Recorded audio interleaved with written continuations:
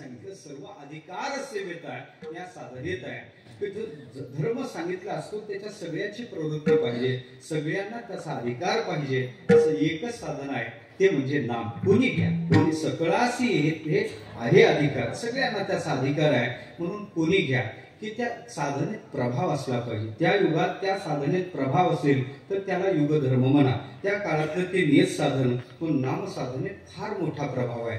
आपण नामचिंतन केल्यानंतर फल भेटते यात विशेषता नाही. दुसऱ्याचं नाम चिंतन करतोय, कानावर पडलं तरी त्याचं फळ आपल्याला त्याचं फल प्राप्त होते.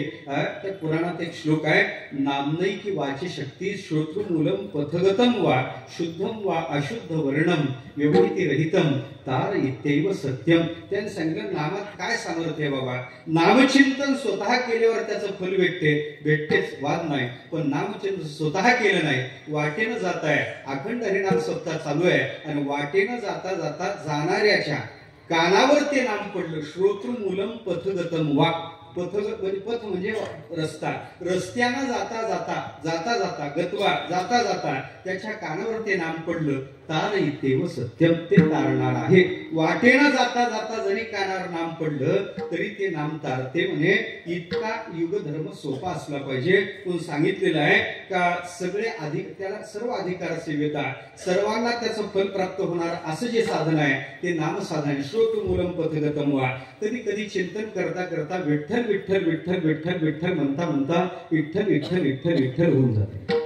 राम राम म्हणता राम राम राम राम राम म्हणता लांब होऊन जाते. आता हे काय राम देवाचं नाव आहे, लांब कुठं देवाचं नाव. विठ्ठल देवाचं नाव आहे, विठ्ठल कुठं देवाचं नाव आहे. पण हे शुद्धम वा अशुद्ध वर्णम. वर्ण बदलल्यानंतर ऐका, मंत्र बदलला, मंत्रातला स्वर बदलला, व्यंजन बदललं तरी मंत्र चढला तरी ताबडतोब त्याला त्याचं फळ भोगावं लागते. मंत्र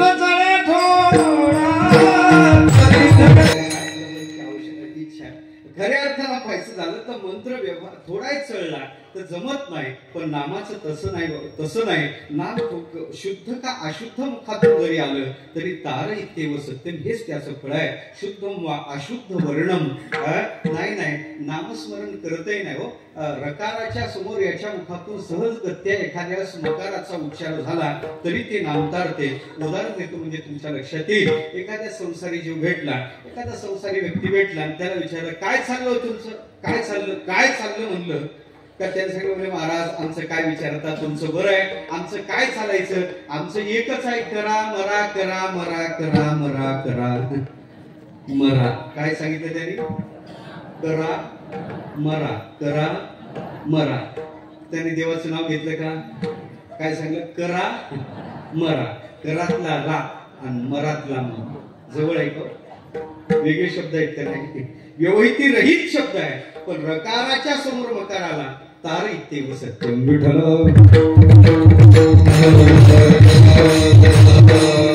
असं जरी म्हणलं, करा मरा म्हणलं तरी तुम्हाला उद्धार करते. नाही त्याच्या पुढे सांगू काय चाललं म्हणजे महाराज काही नाही, आता रिटायर झालो, आराम चालला. काय चालला आता, हे आराम देवाचं नाव आहे का. आराम जरी मुखात आलं तरी ते तार इत्यैव सत्यम तारणार आहे. एखादा साधक आहे, धातू पाठ करू लागला, जराम तराम असे धातूचा पाठ तो करू लागला, पण ते त्या धातूत राम आहे ना, त्याचा उपयोग आहे. राम नसेल तो उपयोग नाही. म्हणून ते धातू पाठ केला आणि त्याच्या मुखात तसं नाम आलं तरी तारते. नाही हो, शिवीच्या रूपात जरी देवाचं नाव मुखात आलं तरी तारते. कारण भगवान परमात्म्याच्या नामात एवढं सामर्थ्य या युगात आहे. विठ्ठल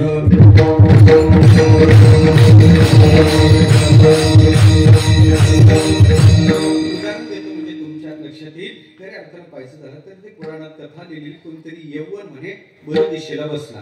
ते पुराण काळातलं यवन कोण मला नाही सांगायचं माहिती.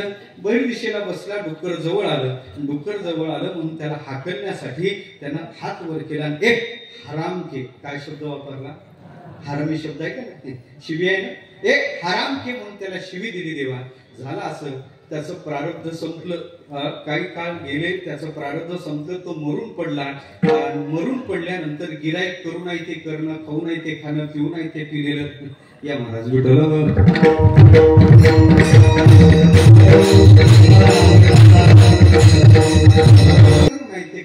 खाऊ नाही ते खाणं, पिऊ नाही ते पिणं, हा कुकर्मी इंद्रिया उपयोगा गेला असं त्याचं जीवन. आयुष्यभर वाईट कर्म केले आणि शेवटी तसाच गेला. तसाच गेला. नेण्यासाठी यमदूत आले, म्हणजे गिराईक आमचं आहे. तेवढ्यात विष्णुदेव तिथं उतरले. ते म्हणे बाबा गिराईक तुमचं कसं होईल, त्याचा 7-12 तपासला का तुम्ही? त्याचा 7-12 पाहणं जरा. आणि 7-12 पाहिलं, सगळं भरलेला 7-12 होता. पण त्या विष्णुदूतांनी सांगितलं त्या खऱ्या अर्थानं पाहायचं झालं तर एका ठिकाणी एका शब्दाला, एका शिवीला अंडरलाईन केली होती. ते होते हरामके. त्या हरामके शिवीला अंडरलाईन होती. ते याच्याकडे तुमचं लक्ष केंद्रित झालं का? 7-12 पूर्ण पाहू नका, पण एवढा शब्द पहा. म्हणजे हरामके, अरे हे शिवी आहे. अरे म्हणे तुम्ही काय जरा भागत्याग लक्षणं शिकली का? काही संस्कृत बसले होते का? भागत्याग लक्षण काय? अरे वाईट जे आहे ते गणिताचा विचार करायचा झाला ते लसावी मसावी आहेच. विषम असंख्येचा त्याग करा, समसंख्या घ्यायला काय हरकत आहे? पण तुम्ही एक करा म्हणे, याच्यात रामके स्वीकारा ना. ह काढून टाका ना त्यातला, ह काढून टाका. रामके घ्यायला काय हरकत आहे? ते मग म्हणजे शिवीच्या रूपात याच्या मुखात देवाचं नाव आलं. मग त्याचं काय? त्याचं फल काय? त्या विष्णुदूतांनी डोकं खाजवलं. ते म्हणजे मला नाही सांगायचं माहिती. मग कोण सांगेल? ते फळ याला देऊ आणि याचं जे कर्म आहे त्याच्यानुसार याला नरक गतीला नेऊ. ते म्हणे मला काही सांगायचं माहिती नाही. म्हणजे कोण सांगेल? म्हणजे एक आहे ज्याच्या बापाचं नाव आहे त्याला विचारलं पाहिजे. याच्या बापाचं नाव, कोणाच्या बापाचं नाव आहे? ब्रह्मदेवाच्या. म्हणजे मग तिकडं चला सत्यलोकात त्याला घेऊन गेले. या महाभागाला योग्यता सत्यलोकाची नाही, पण सत्यलोकात नेलं. सत्यलोकात नेल्याबरोबर ब्रह्मदेवाने पाहिलं, या आदरात इथे केलं. कोण आहे ते महाभाग? कशासाठी आणले?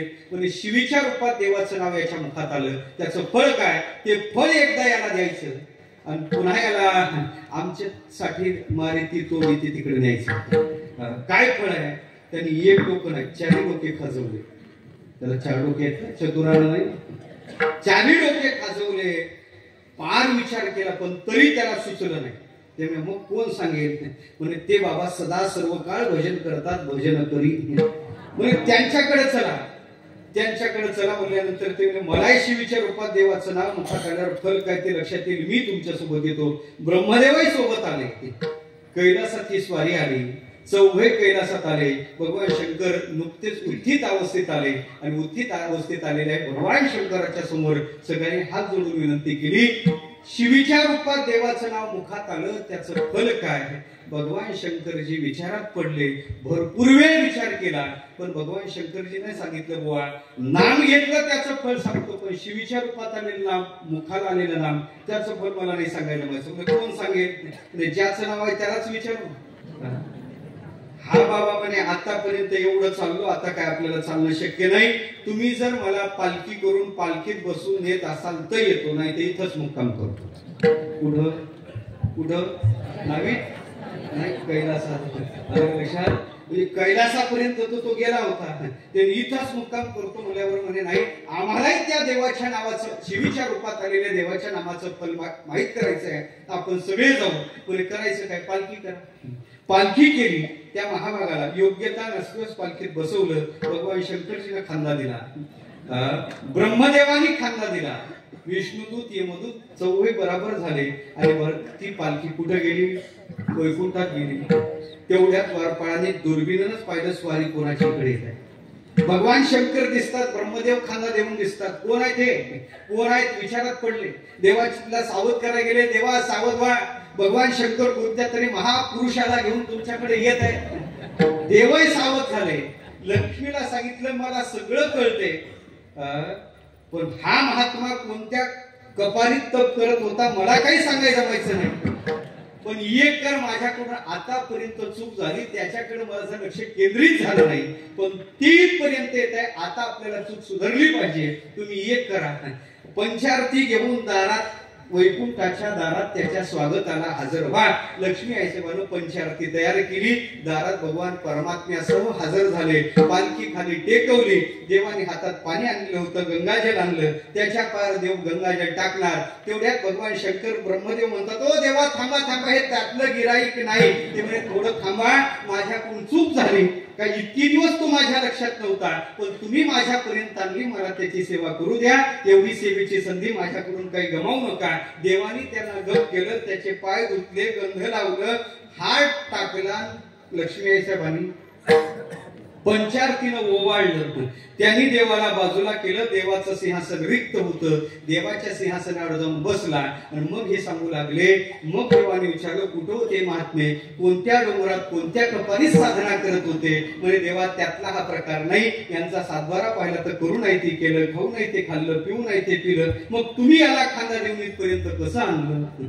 ते म्हणजे त्याच ते तुम्हाला सांगत आहे. त्या शिवीच्या रूपात एकदा तुमचं नाव याच्या मुखात आलं, त्याचं फळ काय हे विचारण्यासाठी आम्ही याला इथपर्यंत आणलं. सगळी हकीकत सांगितली. देवाने हसून उत्तर दिलं, याच्या पलीकडे दुसरं फळच काय राहणार आहे? आलं नाही लक्षात तुमच्या? तुमच्या सारख्याने खांदा द्यावा, वैकुंठापर्यंत घेऊन यावं आणि शेवटी माझ्या अस्तावर बसावं, मी त्याची पूजा करावी, याच्या पलीकडे दुसरं फळ काय?